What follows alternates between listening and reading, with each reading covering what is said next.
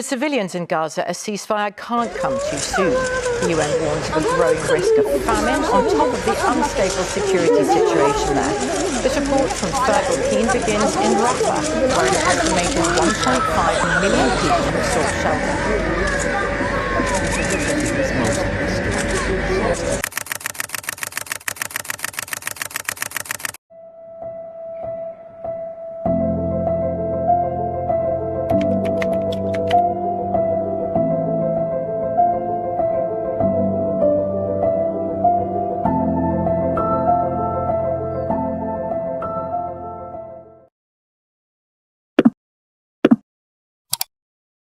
Kalian pasti sudah sering dengar kalau genosida yang dilakukan Israel dan Palestina ini menimbulkan banyak banget dampak.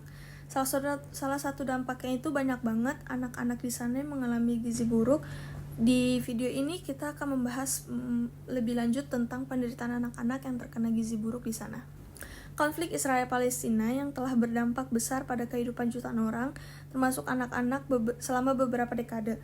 Salah satu konsekuensi yang paling menghancurkan adalah malnutrisi yang meluas dan kerawanan pangan yang mempengaruhi lebih dari 50.000 anak Palestina. Malnutrisi atau gizi buruk yang dialami oleh puluhan ribu anak-anak yang ada di Gaza, Palestina adalah sebuah isu global yang mendesak. Genosida yang dilakukan oleh Israel terhadap Palestina telah berdampak besar terhadap kehidupan warga sipil, termasuk anak-anak yang ada di sana. Blokade dan serangan militer telah menghancurkan infrastruktur dasar, termasuk fasilitas kesehatan dan pendidikan. Hal ini membuat akses terhadap pelayanan kesehatan dan nutrisi yang memadai menjadi sangat sulit. Selain itu, kondisi ekonomi di Gaza menjadi sangat buruk, pengangguran tinggi dan banyak keluarga hidup dalam kemiskinan. Hal ini berarti akses terhadap makanan dan nutrisi yang cukup menjadi sangat terbatas, di mana akses yang sangat terbatas tadi menjadi kontribusi terhadap tingginya angka malnutrisi. Tanpa solusi politik yang adil dan berkelanjutan untuk genosida yang dilakukan Israel terhadap Palestina, masalah malnutrisi dan masalah kesehatan lainnya akan terus ada. Oleh karena itu, penting untuk masyarakat internasional untuk tetap mendorong penghentian genosida yang dilakukan Israel dan membantu Palestina dalam membangun kembali infrastrukturnya. Selain itu, bantuan kemanusiaan dan dalam bentuk makanan dan layanan kesehatan juga sangat dibutuhkan untuk mengatasi masalah malnutrisi ini. Dunia kita seringkali diuji oleh krisis kemanusiaan yang mendalam. Salah satunya terjadi di Gaza, Palestina, di mana lebih dari 50.000 anak menderita kekurangan gizi yang serius. Di tengah-tengah keterbatasan sumber daya dan akses yang terhambat, penting bagi kita untuk mengangkat urgensi tata kelola yang baik menanggapi krisis ini. Tata kelola yang efektif memainkan peran krusial dalam memastikan bahwa bantuan kemanusiaan mencapai mereka yang paling membutuhkan dengan cepat dan efisien. Ini bukan hanya masalah alokasi sumber daya, tetapi juga tentang transparansi dan akuntabilitas. Koordinasi yang baik antara organisasi kemanusiaan, pemerintahan lokal, dan pihak terkait lainnya menjadi kunci. Hanya dengan bekerja sama, kita dapat memastikan bahwa anak-anak Gaza mendapatkan nutrisi yang mereka perlukan untuk tumbuh dan berkembang dengan sehat. Pemantauan dan evaluasi yang terus-menerus diperlukan untuk memastikan bahwa setiap langkah yang diambil memiliki dampak yang signifikan dan berkelanjutan.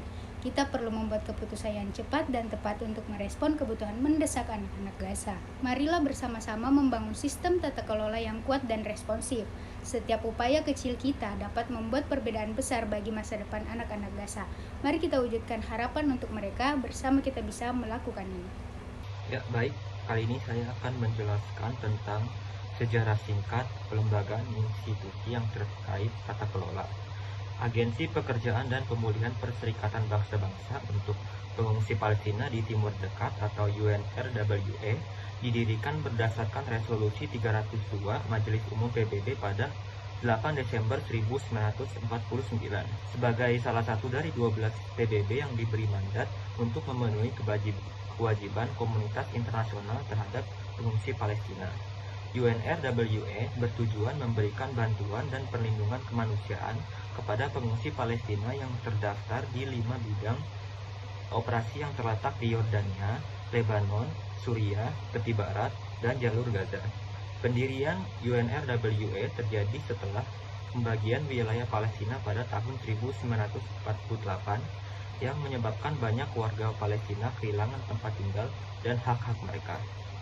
UNRWA didirikan untuk mengatasi krisis pengungsi Palestina yang diakibatkan oleh konflik Arab-Israel 1948 yang menyebabkan sekitar 750.000 warga Palestina menjadi pengungsi. Sebagian besar dari mandatnya, UNRWA menyediakan berbagai layanan vital termasuk pendidikan, kesehatan, bantuan sosial, dan perbaikan infrastruktur untuk mendukung kehidupan sehari-hari pengungsi Palestina. Layanan kesehatan yang disediakan oleh UNRWA mencakup 144 pusat kesehatan yang menawarkan perawatan medis dasar, vaksinasi, serta pelayanan kesehatan ibu dan anak. Pendidikan juga merupakan fokus utama, dengan UNRWA mengoperasikan ratusan sekolah yang memberikan pendidikan dasar dan menengah kepada ratusan ribu siswa. Selain itu, UNRWA juga menyediakan bantuan sosial, program keuangan mikro, serta tanggap darurat untuk populasi yang rentan.